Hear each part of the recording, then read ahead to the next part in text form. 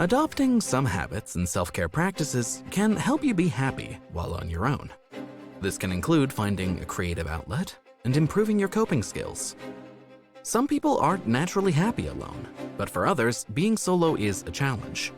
If you fall into the latter group, there are ways to become more comfortable with being alone. Yes, even if you're a hardcore extrovert. Regardless of how you feel about being alone, building a good relationship with yourself is a worthy investment. After all, you do spend quite a bit of time with yourself, so you might as well learn to enjoy it.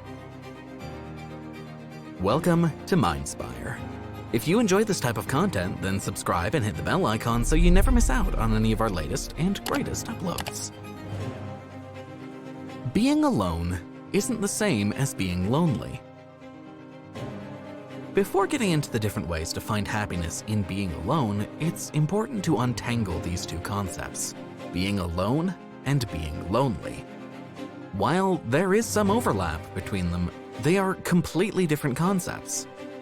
Maybe you're a person who absolutely basks in solitude. You're not antisocial, friendless, or loveless. You're just quite content with alone time. In fact, you look forward to it. That's simply being alone, not being lonely.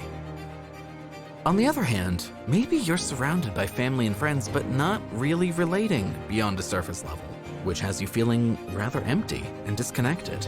Or maybe being alone just leaves you sad and longing for company. That's loneliness. These tips are aimed at helping you get the ball rolling. They might not transform your life overnight, but they can help you get more comfortable with being alone. Some of them may be exactly what you needed to hear. Others may not make sense to you. Use them as stepping stones. Add to them and shape them along the way to suit your own lifestyle and personality. Number 1, avoid comparing yourself to others. This is easier said than done, but try to avoid comparing your social life to anyone else's. It's not the number of friends you have or the frequency of your social outings that matters. It's what works for you. Remember, you really have no way of knowing if someone with a bunch of friends and a stuffed social calendar is actually happy. Number 2, take a step back from social media. Social media isn't inherently bad or problematic, but if scrolling through your feed makes you feel left out and stressed, take a few steps back. That feed doesn't tell the whole story, not by a long shot. You have no idea if those people are truly happy or just giving the impression that they are. Either way, it's no reflection on you. So take a deep breath and put it in perspective. Perform a test run and ban yourself from social media for 48 hours. If that makes a difference, try giving yourself a daily limit of 10 to 15 minutes and stick to it. Number 3, take a phone break. Noticing a theme here?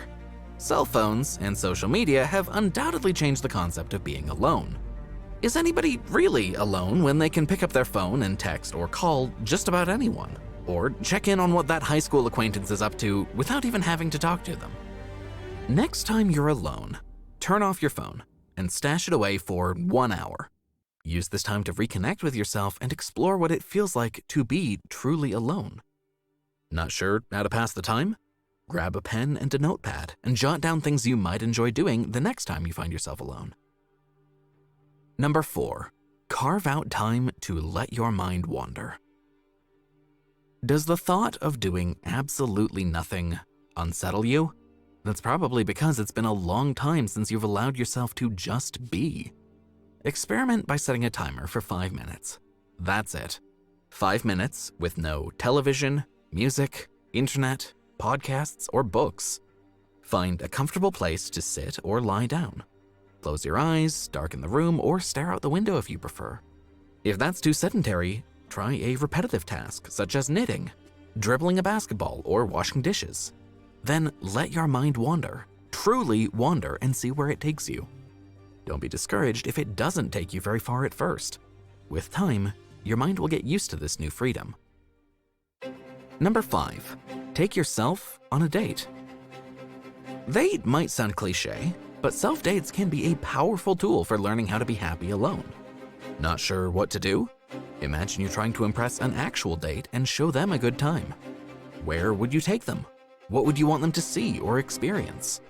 Now, take yourself on that date. It might feel a bit odd at first, but chances are you'll see at least a few other folks dining solo or purchasing a movie ticket for one. If money's an issue, you don't have to go big. But also, remember, it's a lot cheaper to pay for one than it is for two. Still sounds too daunting?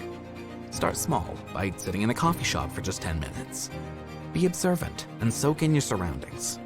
Once you're comfortable with that, going out alone won't seem so unusual anymore. Number 6, get physical. Exercise helps release endorphins, those neurotransmitters in your brain that can make you feel happier. If you're new to exercise, start with just a few minutes a day, even if it's just morning stretches. Increase your activity by a minute or two each day. As you gain confidence, try weight training, aerobics, or sports.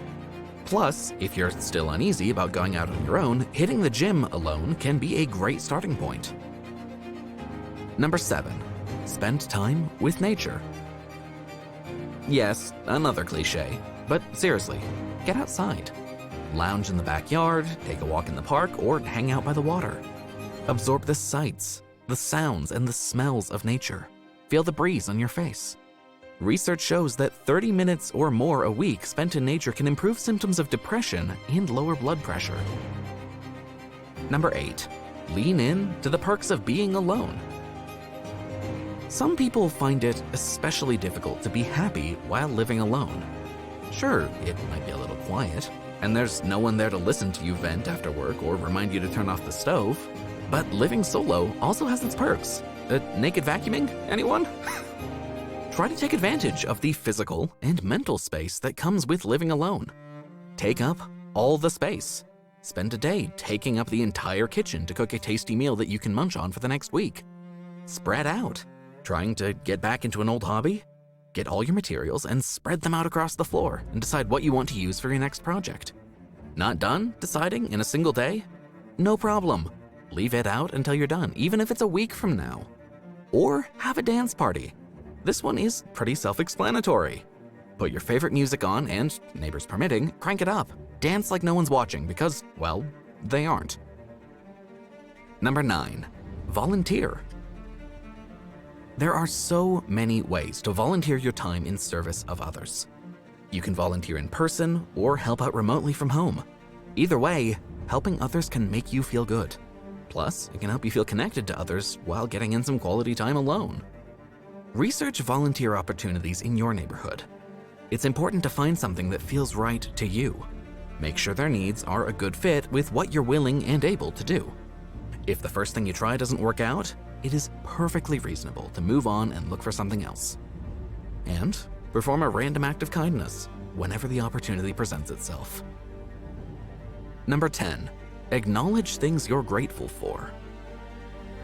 Research shows that gratefulness can boost feelings of happiness and hopefulness. It's easy to take things for granted as you go about your day, so devote some time to reflect on the things that you're grateful for. And with that, we've reached the end of this video. If you've enjoyed this video and found it helpful, don't forget to leave a like and subscribe for content just like it.